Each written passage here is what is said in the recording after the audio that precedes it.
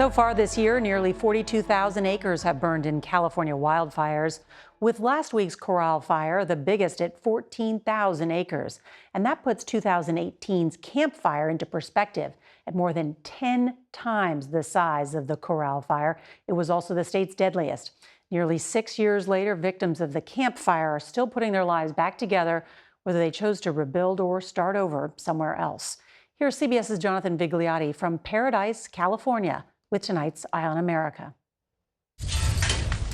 95% of Paradise surrendered to flame in the 2018 Camp Fire.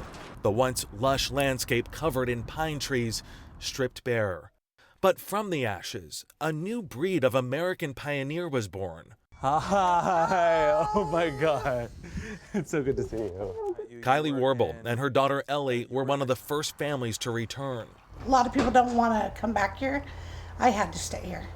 We first met the Warbles back in 2019, 6 months after the firestorm destroyed everything. They barely escaped with their lives. Why are you crying? Because it's so sad. What's sad?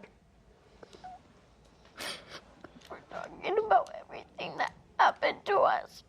Between then and now, how has life for both of you changed? Even though we lost everything in the fire, it's nice to have something new. You heal every single day. It's nice to get back in our hometown because then you get a fresh start on life. And thousands of people have come back for a fresh start.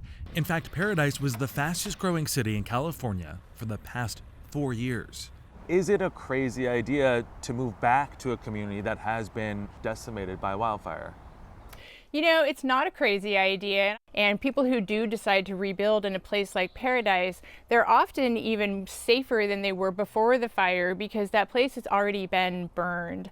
Jennifer Gray Thompson is founder of After the Fire, a nonprofit that helps people decide if they should rebuild. Well, people do live in the woods now because it's naturally occurring affordable housing often. So when we tell people don't live in the woods anymore, I say, let's actually help the people now who are not fire affected to actually remain, in place. Today, fire threatens nearly 40% of all homes here in California. Well-intentioned firefighters were first trained to put out wildfires beginning in the early 1900s to protect a growing population. But all of that dead vegetation left behind, worsened by drought, led to a fuel source that, if sparked, can now be explosive. In Paradise, efforts are focused on protecting against future fires. All power lines will be buried underground, and all residents must also remove vegetation too close to their homes. Federal grants are offered to homeowners who use fire-resistant materials to build their homes. Do you feel like the new Paradise is more resilient if there was a wildfire nearby? Yes, I do. The likelihood of seeing another wildfire in Paradise, it already devastated our whole community. Not everyone agrees enough to return.